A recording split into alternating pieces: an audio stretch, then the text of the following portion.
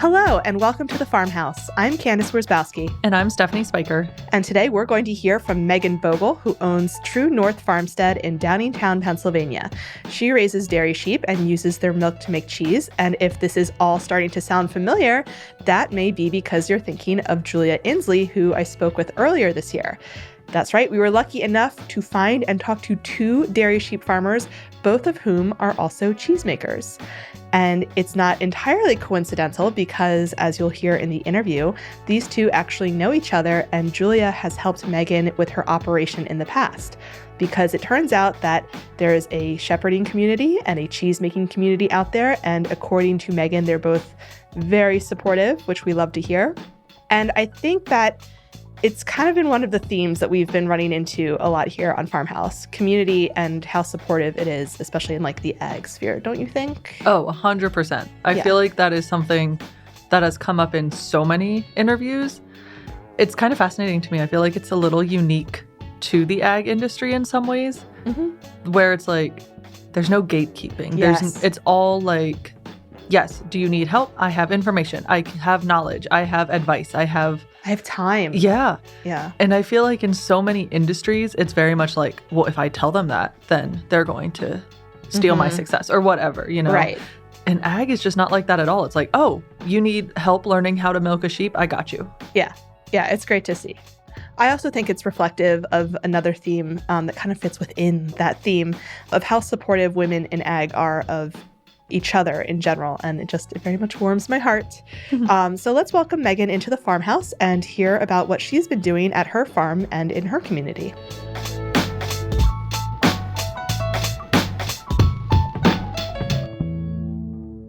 Megan, welcome to the Farmhouse. How are you doing today? Thank you. Thanks for having me. I'm doing well. Great. So tell us about your farm, True North. What are you guys doing out there? We have a farm in Downingtown. We're on 3 acres. And we have a small flock of sheep that we milk and make cheese with. Nice. All right. So what does the name True North come from? True North, my husband came up with this concept and I really like it. The idea that when we are looking for our true north in the world, we have to keep reorienting ourselves. So you can have north, south, east, west on a compass. But in order to find true north, you have to keep adjusting yourself to the world around you. So when we came up with the name for our farm, Brian, my husband, was saying, I think that speaks to, who we are and how we live and what we do.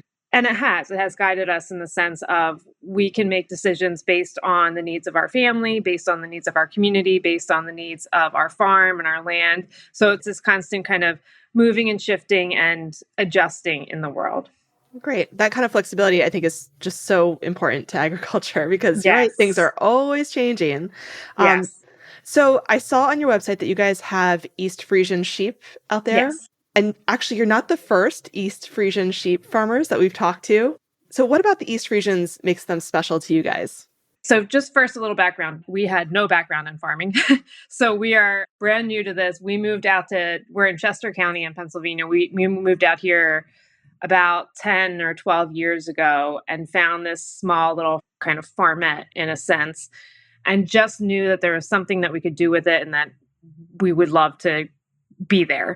And then when we decided that we were going to start sheep farming and sheep dairying, my husband had done a lot of reading and researching and had seen that sheep are really good for small farmsteads because they don't need as much land as cows.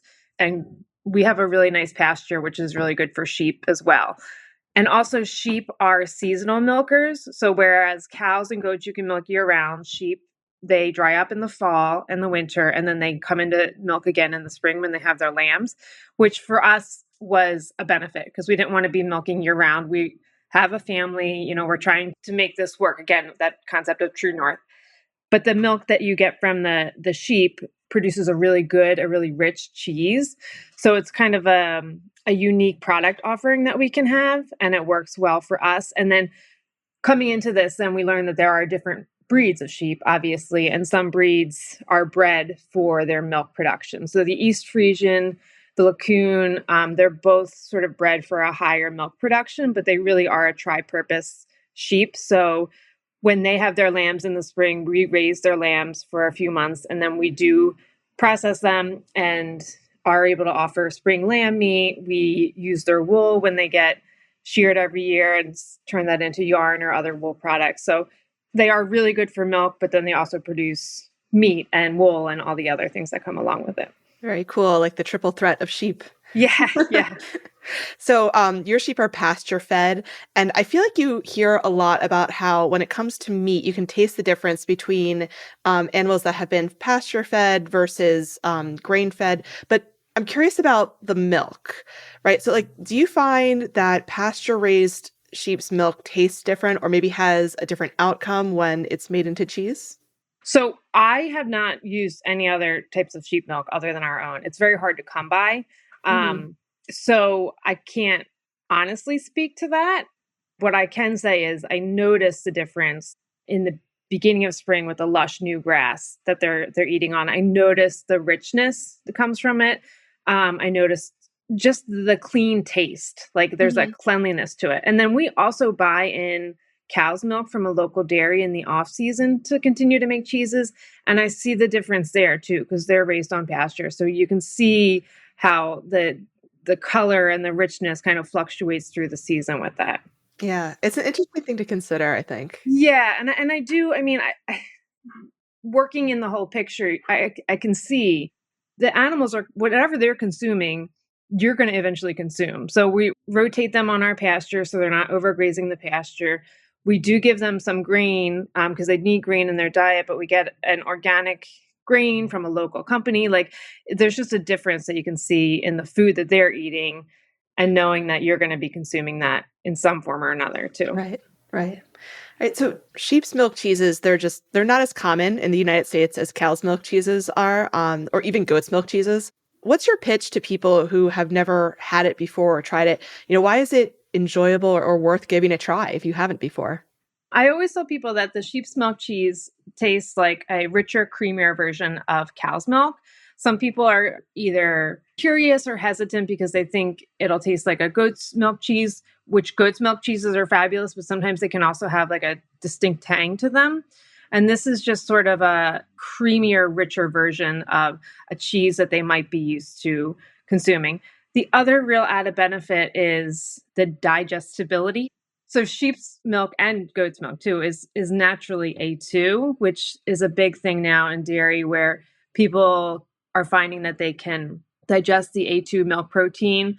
And in cow's milk, there's another type of protein that makes it difficult to digest. So a lot of people that can't consume cow's milk can consume sheep's milk. So I actually find people that seek us out to look for our cheeses and yogurts because they know that while they can't eat those cow dairy stuff, they can consume ours. That's awesome. And I'm very happy for them that they've found a solution to that Mhm. because I know as a big fan of dairy, I would hate to have I to know. let that go because my body Yeah. couldn't handle it anymore. So I wanted to ask you about your hot sauces. What got you interested in making hot sauce? Because from, dairy and the sheep to hot sauce is a bit of a jump. How did you go about pursuing that? Sure. Yeah. So we were doing different things and trying out different things. Our neighbors across the street from us have kind of a small homestead and they would grow hot peppers for us. And my husband had made a hot pepper sauce that just was really good. It's very fresh. And so we decided, hey, why don't we sell that as do a once a year, once the harvest comes around, make a big batch of that and then offer that to the community. So I feel like we sort of dabbled in a couple of different things. Like before we started really doing the dairy, we raised chickens for meat. We raised turkeys, a heritage breed of turkey for like 2 years for Thanksgiving. So we sort of were kind of putting our hands in a couple different things. And then once we really honed in on the dairy and locked in on that and realized all that goes with it, we've shifted towards mainly doing just our cheeses, Mhm. our spring lamb meat and the wool and stuff like that. Your true north, as it were. Yeah, exactly. Yeah. Okay, I'll get out the hot sauces in a second. I just also had to ask because I saw like the names of them, like Yeah. Tattooed Mama. I always want to know how did you come to those names? Okay.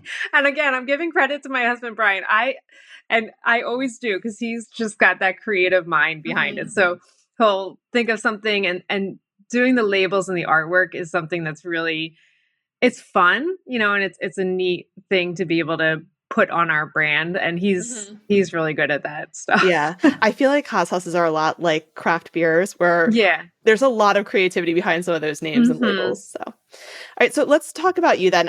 What's your journey in agriculture been like? Did you always want to farm, or was that more of a path for you to follow?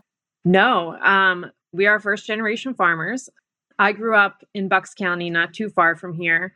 And then my husband grew up down at the beach in Brigantine, and we were living in Philly, and that's where we met and we got married. So we were in a tiny little row home, and we're just looking for some more space. We weren't necessarily looking for a farm, but we also didn't want to live in like a typical suburban house. So we were trying to find something that fit. And like I said, this listing came up and we saw it and we're like, we just have to do it. We don't know what's there. We don't know where it's going to take us, but it used to be a horse property back in the day. Our house is from like the 1700s, and then it got cut up along the way. So again, we only have 3 acres, which isn't quite big enough to house a horse, and it's not something that we're really interested in. But we have this big old horse barn on our property and pasture, fenced pasture. So when we moved here, our neighbor had a horse that she grazed here for a couple years, and then when we started exploring it a little bit more seriously, we had just had our first child. So she's 9. So that was around 9 years ago. And I was a teacher, and we decided that I would stay at home with the kids. And since then we have 3 kids now. So we were trying to figure out something that we could sort of do on the side that I could mainly be in charge of while also raising the family and my husband working full time. And explored a couple of different things, looked at CSAs or, using it as, an agriculture or farming model, realized that that's not really our wheelhouse. And we really are interested in local food and producing like good quality food with good quality ingredients, and fell into dairying. So when my husband had read about sheep and how they're really good for milk production, really good for small farms, we were having that conversation on the way to our local farmers market and ran into another local sheep's milk cheese producer, pretty much doing a very similar thing in the area. So got connected with her and sort of got our start from there. Got lambs from her in the spring, started looking at building out a creamery and renovating the space in our barn and all that stuff. Was that Julia Inslee by any chance? Yes, I've talked to her just recently, actually. Yeah. That's great that she was there to help support you guys. What was the learning process like as you transitioned into farming? Huge learning curve. In some ways, I say I am so like, it's better that we didn't know all that went into it before going into all of it, because we had no experience really in animal husbandry. And so we're learning that. And then we're learning milking, and we're learning cheese making. And along with all of that, the dairy industry, and this is a good thing, but it's like there's a lot of regulations. It's not like you can just make it in your kitchen and sell it, by the side of the road. So there was a lot that went into sort of learning everything.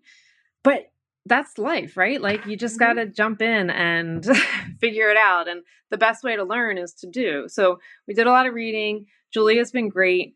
The shepherding community and the cheese making community are awesome. Everybody is very much like, ask any questions, come see, we can talk. So it never feels competitive. It just feels like, hey, let's lift each other up and like we're here together. Yeah. And then a lot of it is just doing and figuring it out as you go along. And yeah, I think it's, such a joyous thing, because I hear that from farmers kind of across the board, that there's not really this like gatekeeping of information, that if you ask for help, you're probably going to receive help. Yeah. So it's nice to hear that continues on.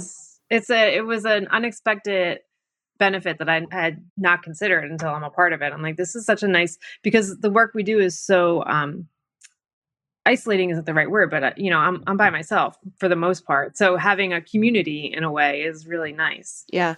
So as you said, you've got 3 little ones, so you're raising sheep and children. How do you involve them in the farming activities? Is this something that you like them to be, more directly involved in someday?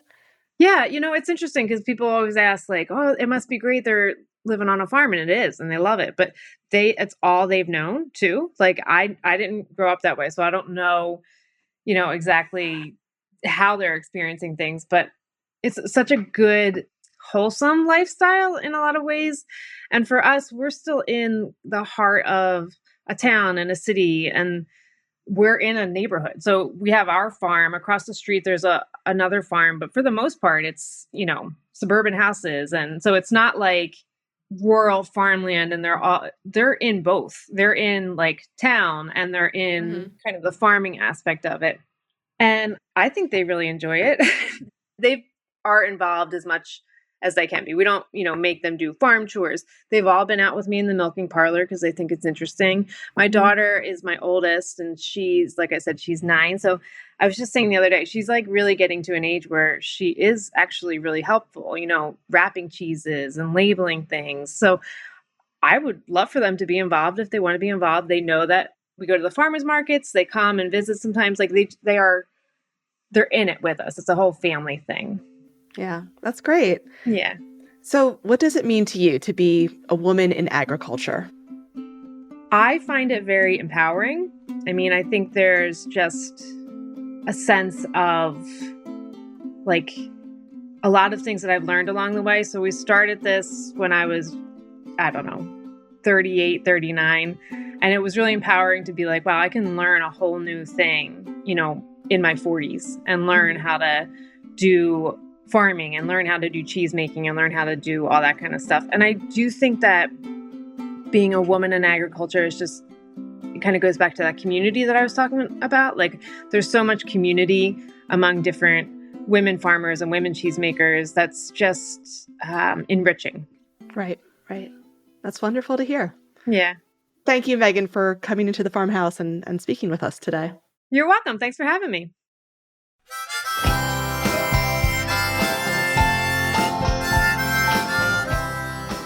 That was such a cool interview with Megan. I love the name of their farm, True North, and I love how it really has kind of come to fruition almost, that they have pivoted and changed and figured out what works for them. And I do feel like that's also kind of something that's come up a lot on the podcast is you have to adjust sometimes your farm. Maybe what your initial vision was is not what's working now. And that's okay. Like I love that. But I will say I think some of our listeners maybe know approximately our ages, but I'm 30. I'm in my 30s. And the thought of like, as she kind of said, like reinventing herself a little bit, like she just completely went into something totally new. She knew nothing about sheep. She knew nothing about dairy, cheese making, animal husbandry. And to just like decide to do that in like your 40s, I believe she said, seems so intimidating.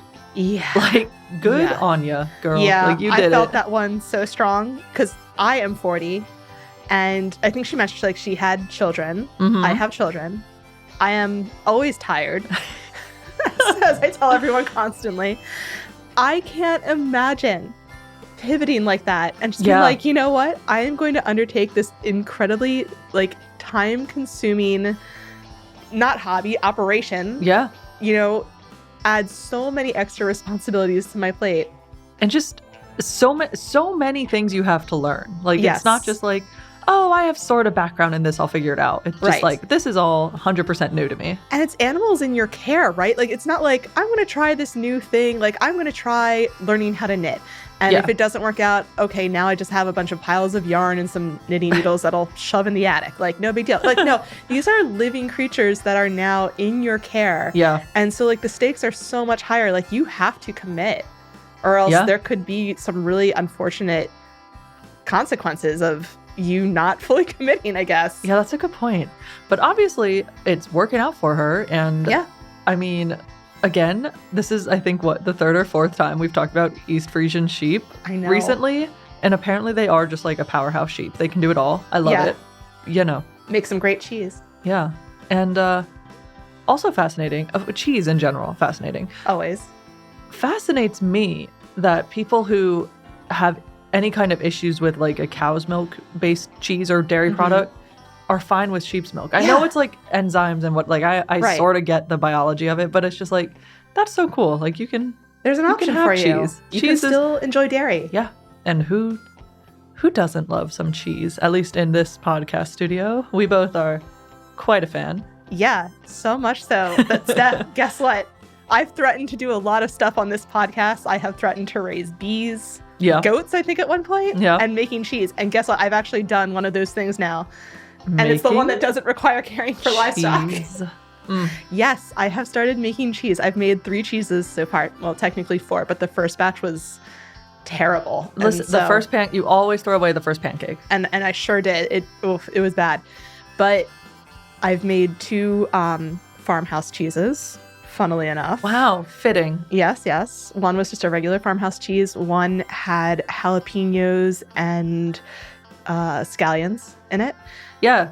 That one she actually brought in to share. It was delicious. And I will say, I don't like anything spicy at all. Yeah. But it was so good. Like, I pulled back on the jalapenos on that one. Well, I appreciate that for me. Yeah. And then I also made a goat's milk cheese with chives in it. Oh, that sounds So I'm planning, it was like a chèvre. I'm planning my next cheese. I want to do something that has like a stronger flavor because they've all kind of had like mild flavors. I think I've got to get into brining. That's going to be the next step.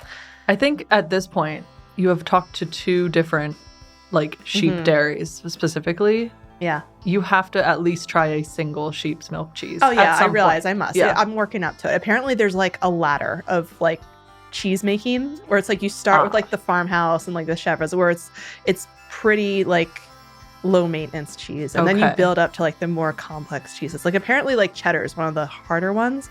I don't have a cheese cave, surprise, so I don't know. I'm going to figure something out. Do you have a shed? Could that work? No, I have don't. idea, actually. I'm going to have, we do have a hill in the backyard that, I don't know, maybe if my 9-year-old's feeling industrious. Burrow out your own little. I tell my 9-year-old just to go dig a hole into the hill for mommy's cheese cave. I mean, it could work.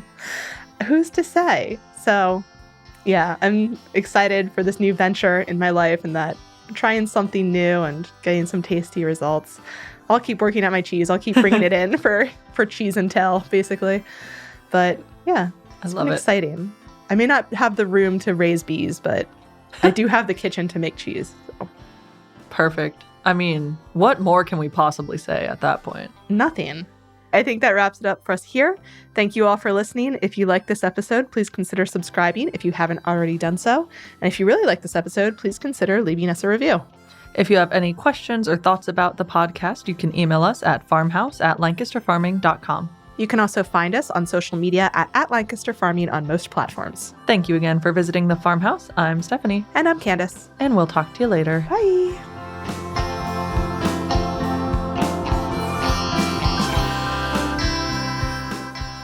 This episode of The Farmhouse is copyright 2026 by Lancaster Farming newspaper, part of the Steinman Communications family. It was written by Stephanie Spiker and Candace Worzbowski. It was produced by Eric Herlock. It was mixed by Justin Berger. Original music by Eric Herlock.